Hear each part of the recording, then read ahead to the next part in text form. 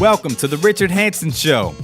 Today, Rich has brought in a good friend to share his testimony and knowledge about finances, buying a home, real estate, and some steps you can take to get started today.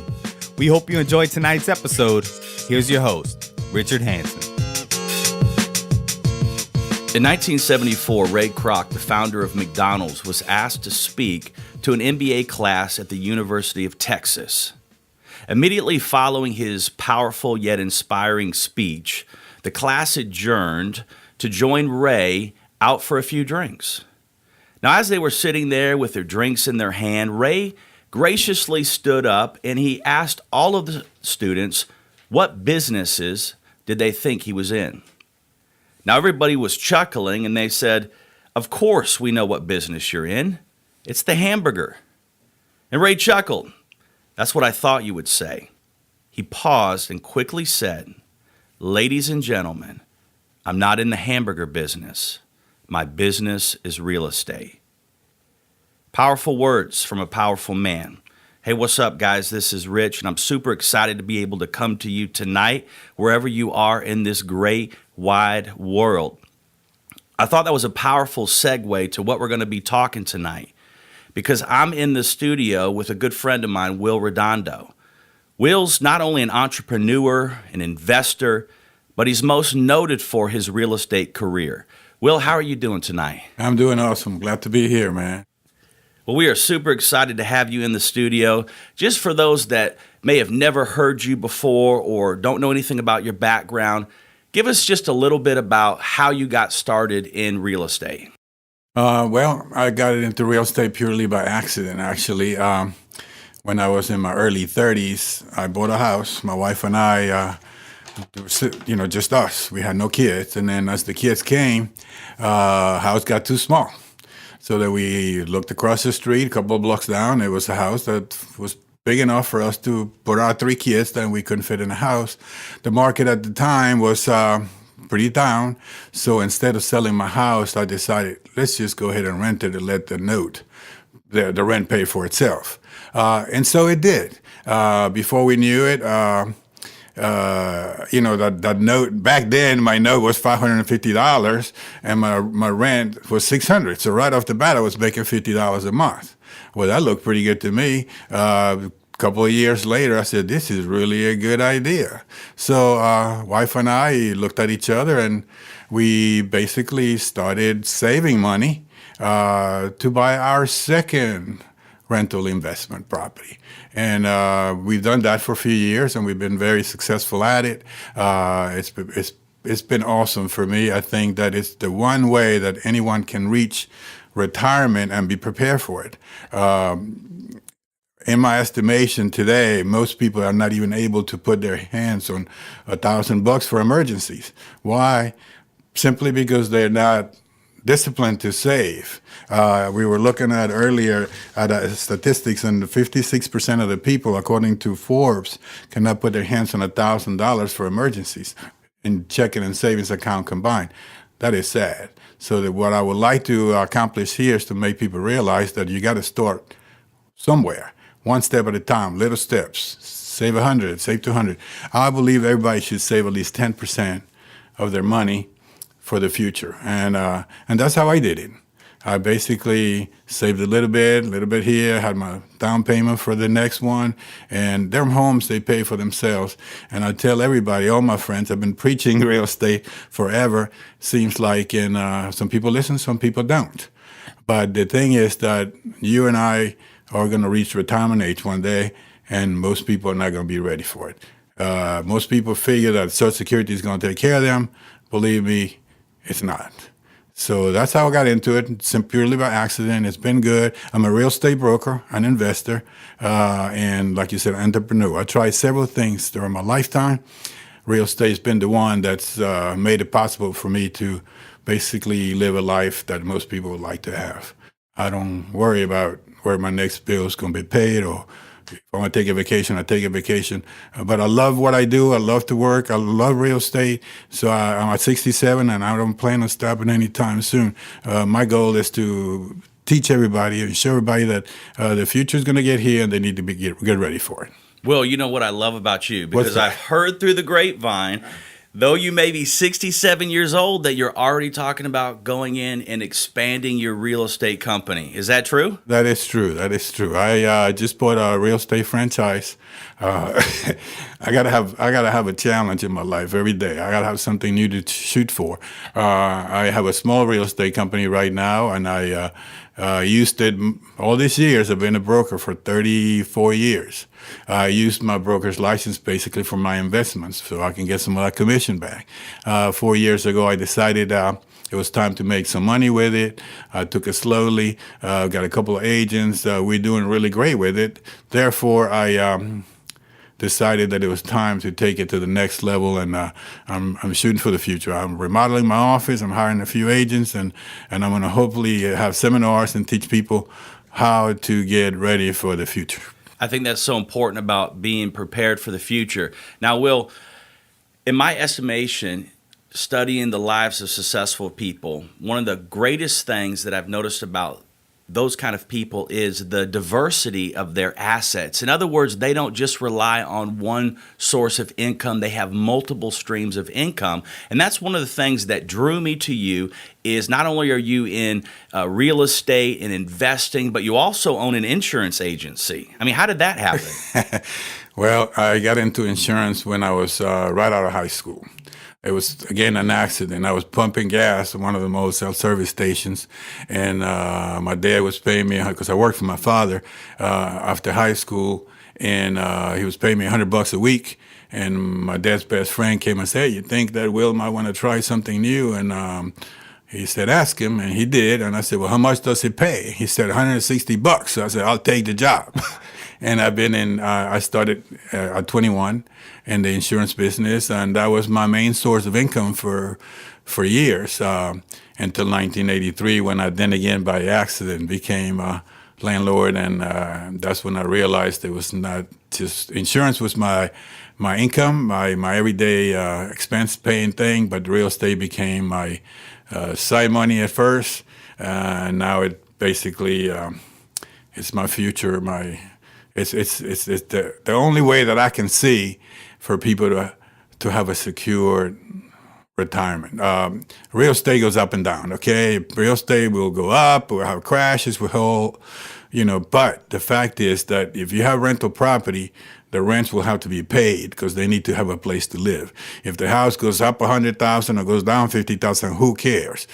Hold on to it, keep it, and don't let it go. Your rents will continue to go up. And that's why I opened up with Ray Kroc, because the reality is when you think about him, you think about McDonald's, but yet his whole long-term vision for McDonald's was to be the largest real estate owner in the world. And I think he's accomplished that. And I think it's so true wherever you are listening to what Will is saying, to realize that just as he said by accident, he kind of stumbled into these things. Sometimes some of the greatest things that God has called us to accomplish in this life happen as we just get our feet moving. Nothing's going to happen if you sit back and just have this sense of entitlement that the government owes you something. You're anticipating your Social Security check being there or the health care being there. Listen, all of that is subject to change. Am I correct, Will? You are exactly right. That's the problem. Now, Will, we don't have like a crystal ball that we can just kind of rub and look into the future, but in your estimation, is Social Security going to be there in the next 20, 30 years? I doubt it's serious. Seriously, I don't think it will be here. And if it is, it's going to be, they might make you be 80 years old before you actually start collecting it, because they keep increasing that retirement age every year. Now I think you have to be 67. So in other words, we've got a whole millennial generation giving into what they think is retirement, and a lot of them are going to be sideswiped when they come to that retirement age and find that money's not there. More than likely, yes, more than likely. So I think it's important, as you say, to prepare for the future, because he that fails to plan plans to fail. And I think if anything that I've heard you say is you realize the potential of the moment that you were in, and you took action. That's exactly right. That's the key word. You have to take action. You have to prepare. You have to have goals. If you have goal to shoot for nothing, you're going to definitely hit it. You have to have a purpose in life. God, goal is the word. You have to shoot for that retirement age, and you don't want to have to be dependent on Uncle Sam to take care of you and your family, because more than likely they won't be here. Well, I know a lot of people that have goals, Will, but I don't know a lot of people who take action on those goals. Like I said at the beginning, one step at a time. First, make yourself start saving that $100 a month, okay? Well, you blew me away with that statement by Forbes that 56% of Americans, I want you to listen to me wherever you are right now, 56% of Americans have less than $1,000 combined in their savings and checking account. In other words, if their car was to break down tomorrow, they wouldn't even have the money to fix what they needed fixed. That's it. Something's got to change. Well, I took my own survey, okay? I actually called 20 friends not that long ago, just to see how many of them actually could lend me $1,000 if I needed it. And I found that 80% of my friends could not put their hands on $1,000 if the transmission and brakes had to be fixed. Now, are your friends the same friends living on your street? I have friends of all sorts. So, the reality is just because somebody might have a big house, a nice car, the showmanship persona doesn't mean they still have liquid cash. You're exactly right. In fact, the bigger the house, the harder it is to put the hands on that $1,000. I'd say cash is king. Cash is king. If you've got cash, then you can do things that no one else can do. And I think that's what we're talking about here today. Is one of the biggest problems that we are seeing is Americans, or just any person for that matter, doesn't make saving a priority. I mean, listen, my kids, God bless them. They're always looking for money, but I think it's important to instill, even in children now, the importance of saving their money and not just blowing it the minute they get that dollar or whatever from their chores. We spend it before we make it. That's just the way it is, and it's like that for everybody. I don't know why. I spend money. We all spend money. But one thing that I made a habit of is, again, to save a percentage of my income all my life. From the time I was 21, that was one of my goals. And I still do that today, even though I don't have to save money because I'm financially blessed. I still save money because I never know when I'm going to need that cash, like you said. But credit, it's important also, okay? Because the fact is that most people are not going to be able to put their hands on 150 or 200 or 300,000 to buy a house for cash. So you have to discipline yourself to save the little money.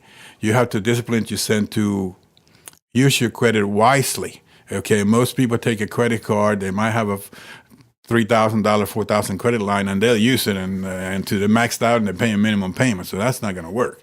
You have to discipline yourself to use your credit card like a debit card. Okay, if you do that every single month, if you're going to spend $500 in groceries, don't use your debit card. Use your credit card, but keep that $500 in the bank so when the bill comes, you can pay it.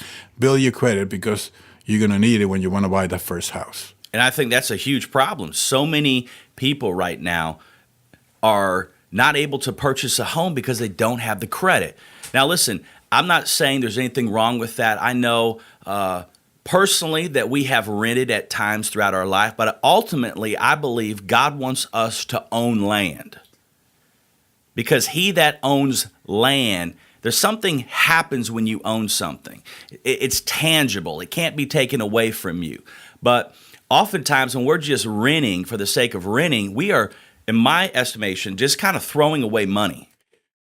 I agree. Mark Twain said, buy real estate and not make it anymore. Okay, that's for true. Okay, but they're not making any more real estate. They're not making any more real estate. That's exactly right. But the thing is that,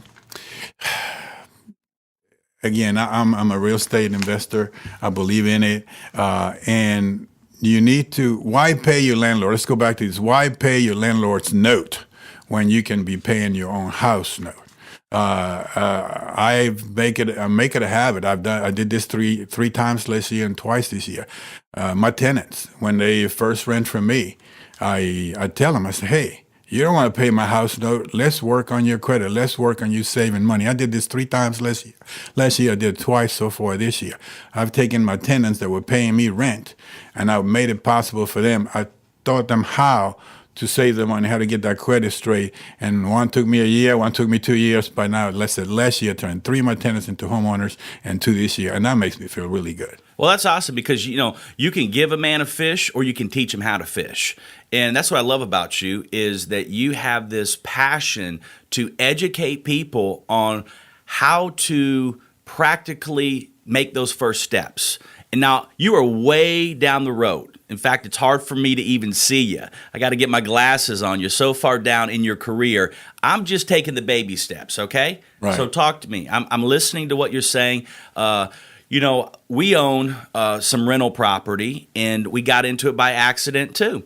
And the interesting thing about it is that I'm beginning to realize is not only is our rental property paying for our rental, the houses that we own, but it's also paying it forward into the present house that I own. It's helping you pay your bills today. It's helping me pay my bills today. Well, one thing that I did, is as I bought my first and second home and so on, if the rent was $1,000 and my note was $900, I saved a couple of months, put it in the bank, but then I took that extra $100 and paid it towards my principal.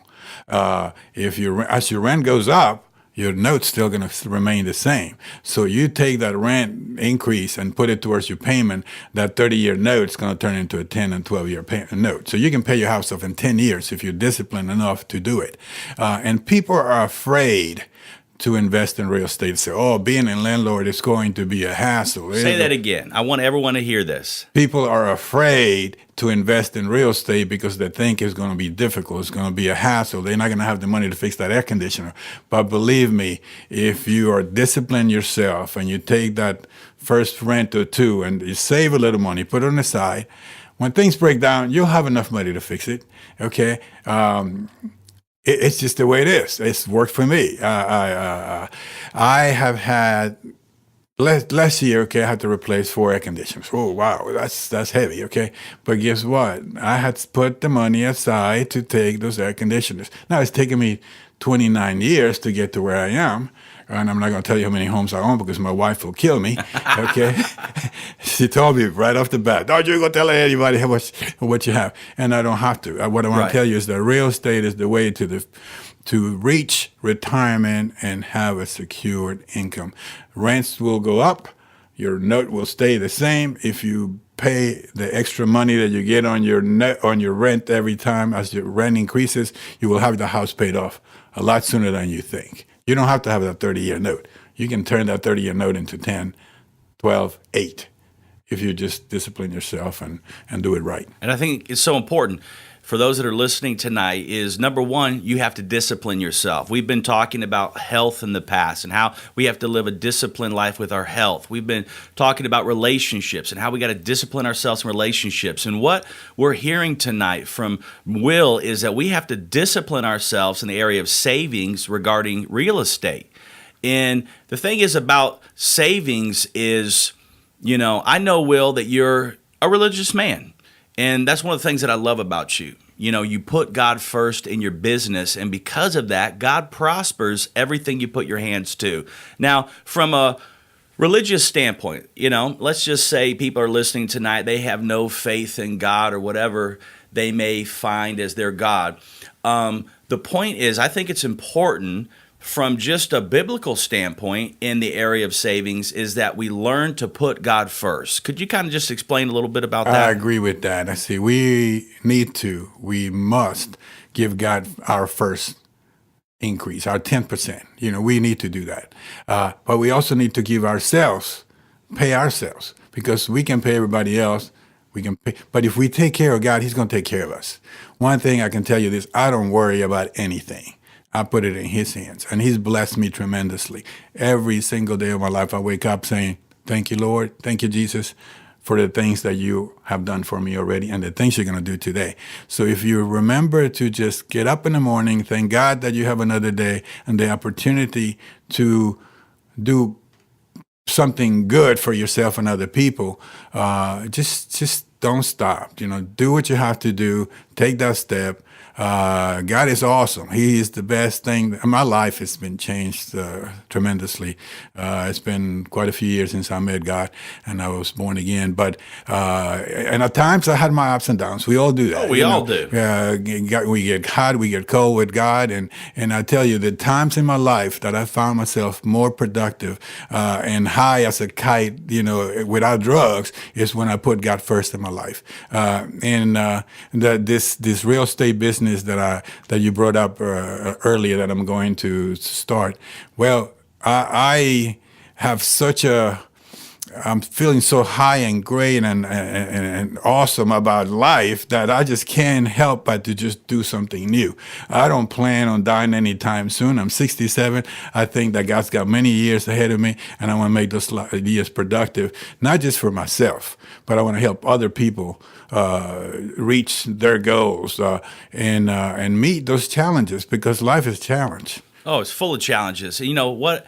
If I heard you correctly, and if I know your heart, is you want to give people freedom so that when they get to the age of retirement, they have the freedom to continue doing what they love and not go down the road and have to bag groceries at a grocery store. Now listen, there's nothing wrong with working in your 60s, 70s, 80s. I know a lot of amazing people. Many of them are my friends that do just that. But the thing is, if you were to be honest, a lot of times they're doing it because they have to, not because they enjoy doing it. They don't have the money or the freedom to be able to do what they're really passionate about. So I think, listening to that, whether you are 75 or whether you are 15, you've got to start saving today. Today is the day. Today's the day. Start saving today. And one of the first ways we can do it is give God 10%. Give God 10%.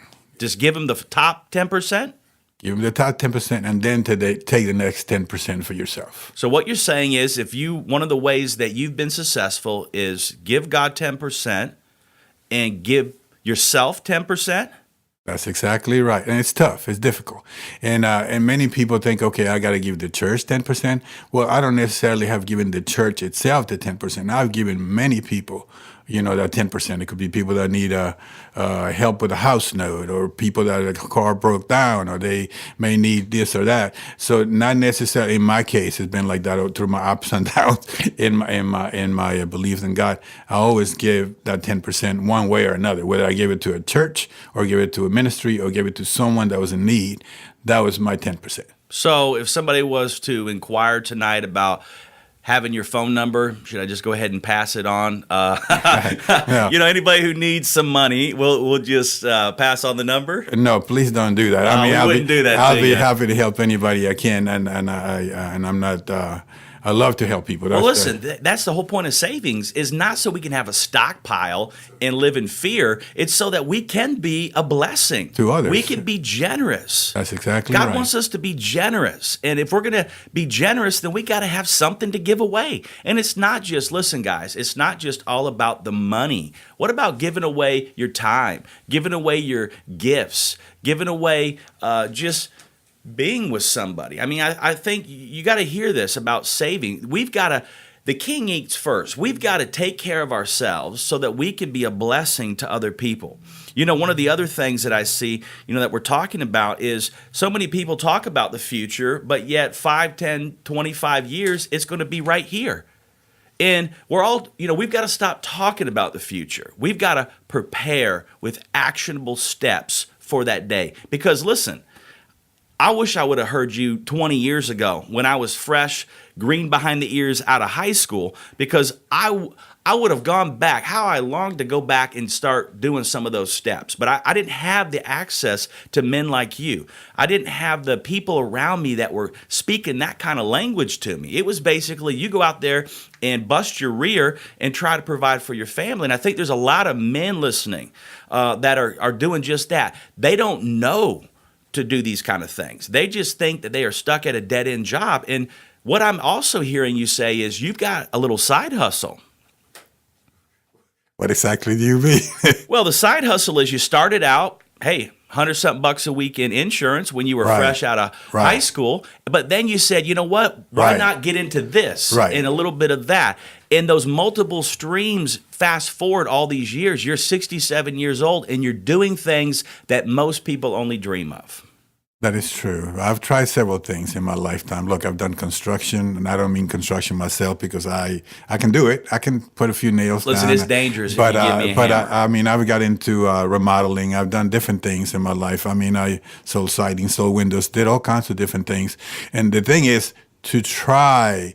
Don't be afraid to try something new. You never know where that opportunity is going to show up. The thing is that don't sit idle, doing nothing, wondering when the next dollar is going to come, because if you don't get up and go get it, it's not going to come to you. And that's the beginning. Take action. Get up in the morning with an attitude that I'm going to do something today. I'm going to start working towards my future. I'm going to do something great with my life. I'm not going to just sit back and wait for it to happen. I think so many people are just sitting back waiting for it to happen. Case in point, recently I came across an individual that was talking to me, going through a hard time and lost their job and was just sitting there really in a place of just discouragement. They did not know how to pick themselves up and start over again. And, just listening to what you're saying is I told them that you have to take action. Like today, what's one of the things that you're passionate about? And they shared with me they were passionate about landscaping and doing things outside. So in a matter of a text and a few phone calls, we started his business. And I wanted to show him that with hard work and just kind of the law of leveraging your influence, you can start a business today. You can start a business any day. All you have to do is make up your mind to do it. And it doesn't have to be real estate, even though that's what I believe in. You can start any kind of business. Today, technology makes it so easy. You can reach so many people with the internet, Facebook, LinkedIn, and all these other things that if you use your time wisely and you make up your mind to do something with your life and not wait for life to be over and collect that Social Security, you just have to start today. To me, real estate is many things. I keep going back to that. Real estate to me, it's a home. You have to have your own home. It's an investment. It's a retirement. It's a career. Okay. Now, I am a real estate broker. Okay. And I know that you can do you can make some pretty good money becoming a real estate agent. Okay. So it's not just investing. By also being a realtor, you can also help other people reach their goals, buying that first house. You don't have to have 100% financing. You can actually get 100% financing nowadays if you qualify. And people don't know that. It does take a few bucks. You do have to save some money for the insurance and the closing and the appraisals. But if you just put your hands on a few dollars, you can get yourself a house. There's so many ways to get. They got VA financing. They got FHA financing. There's too many ways to get a house to have any excuse not to. Right. And that's my point. Yes, if you can pay a house for cash, pay it cash. But most people don't have the money. The thing is, several years ago when we were looking for a home, that's what we were up against. There were so many other people going in. I mean, we must have put in offers on 50 homes. And you know why we lost every one of those homes? Because somebody else went in and paid cash. Yeah, I probably bought one of them for me. Good thing I didn't know you back then. It was probably you out there, going in and getting all those homes. But I think, we've got to have cash. So listen, guys, you're listening tonight. Here's what I want you to do. I want you to get a piece of paper, a pen, your laptop, iPad, whatever. I want you to write this down. Number one, you got to get motivated. You've got to lose this sense of entitlement. You've got to begin to get an actionable game plan. You've got to get out of bed starting today with a passion for doing what God has called you to do. The second thing I want you to write down is you got to set some actionable goals. Listen, just like in any area of your life, you've got to get some goals. And if you don't know the right kind of goals, you've got to get around guys like Will. Reach out to your sphere of influence. Find somebody that knows something more than you and ask them questions. Listen, you are one answer away from a breakthrough in your life. And with today's technology, you can literally get on YouTube, you can get on the internet, you can find out what you are needing answers to, but you've got to begin to surround yourself with people. Listen, I'm not into real estate, but I'll tell you what, when I started getting into real estate, I had to get around guys like you, Will, that knew about real estate because they encouraged me to take that step. Otherwise, I would have been paralyzed with fear. I would have allowed people's opinions about it who've never done it before to keep me from making that step.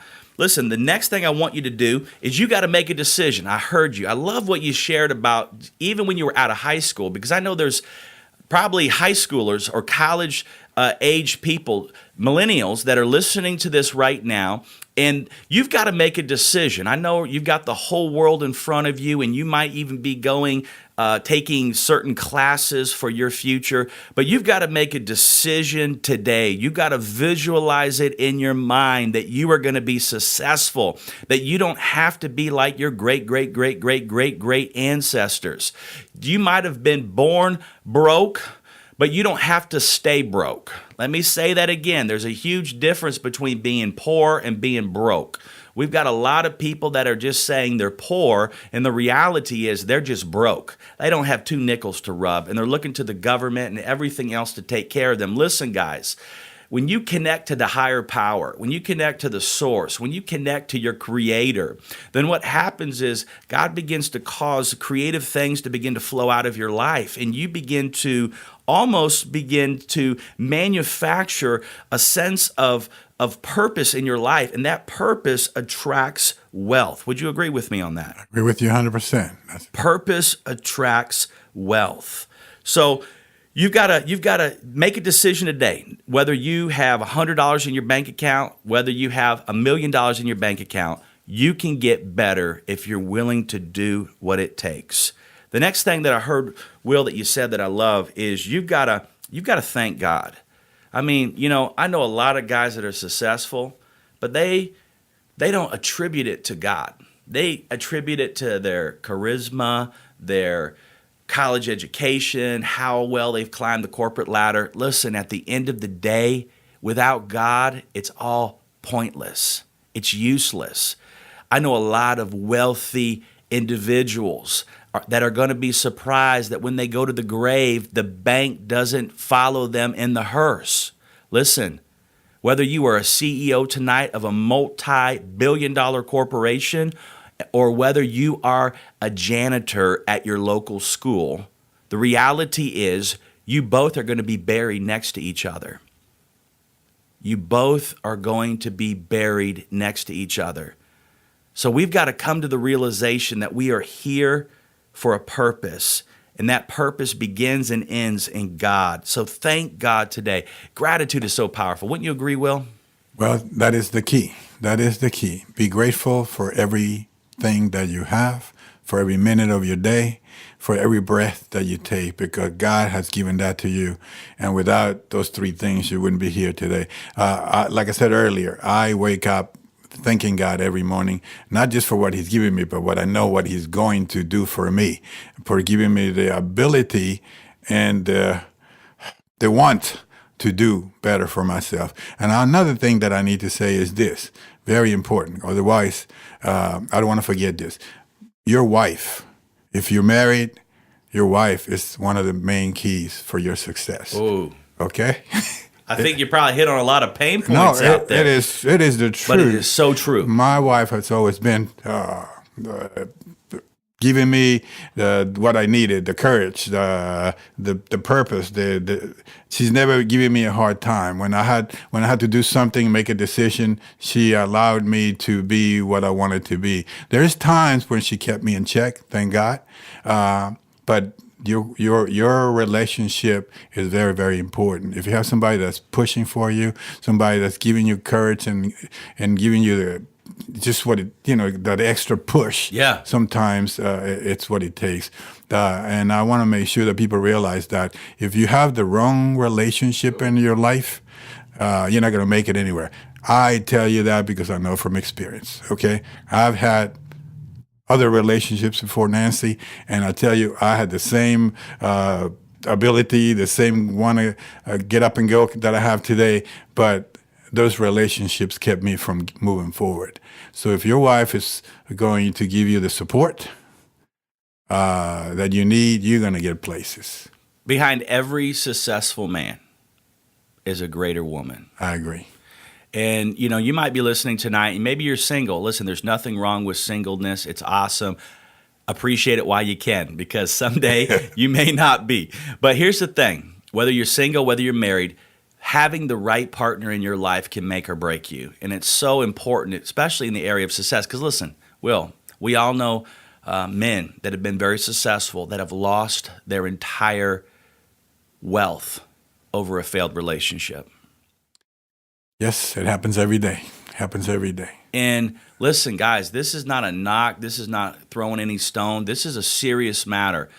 One of the ways that we can save money is by saving our relationships.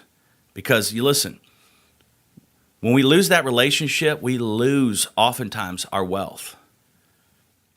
Well, not only our wealth, but, every time you go through a breakup in your life, you don't think clearly, do you? I mean, people start doing the wrong things, whether they start taking drugs, drinking, partying all night, whatever it is. That's why I said that a good relationship is one of the main keys to success for anyone, whether you're a man or a woman, because I'm saying my wife because I'm a man. But if I was a woman, I say you need to find yourself the right man to support you in your career, because it's not only men here that want to get ahead in life. This is a new world, and women have the same capabilities. I think that women right now are doing better than men in many ways, because they are not sitting back. They're going to school. They're getting those degrees. They are starting the new companies, the new entrepreneurial mind. That some guys are sitting back and saying, I don't have time for that. So whether you're a man or a woman, the relationship is very important. Give it to God. Pray about it. Thank Him for everything you have, and find yourself a right partner. I think that's so true. I love seeing women successful in the marketplace, but I'm also passionate about men. As Will was saying, so many times women grab the ball and run with it, and a lot of times men are in this place of sedation.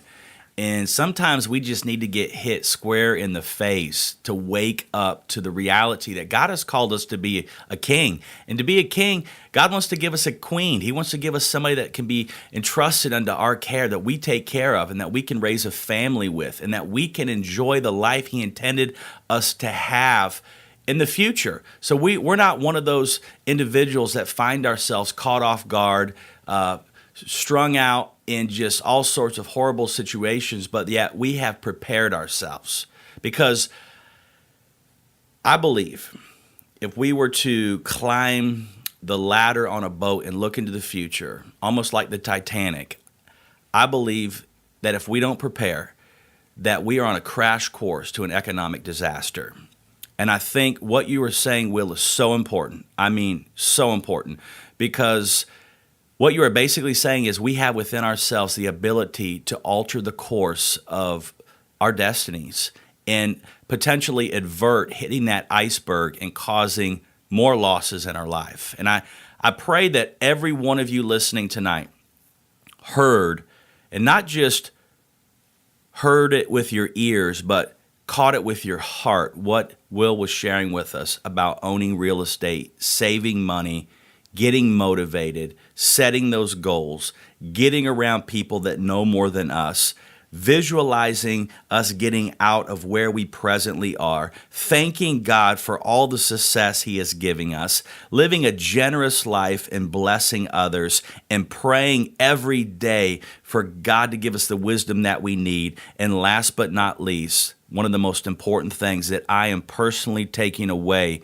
from this podcast tonight is the importance of having that significant other in our lives. And I think, thank you, Will, for being on the show tonight. I'm going to leave refreshed. I'm going to go home and hug my wife and thank her that I have a queen in my corner that is celebrating me, cheering me on. And I know Nancy is in your corner, celebrating you, cheering you on. I mean, what woman wouldn't want a man that is 67 years old and still, I mean, it's almost as if your best days are yet ahead.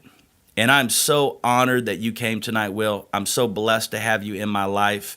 And you are a true gentleman. You are an amazing statesman. And I think you have so much more to share with our audience. We're looking forward to having you back on the show. But listen, wherever you are in the world tonight, from my heart to yours, much love. Thank you for joining us for tonight's podcast. Please like, comment, share, and subscribe. And as always, stay tuned for more content to come.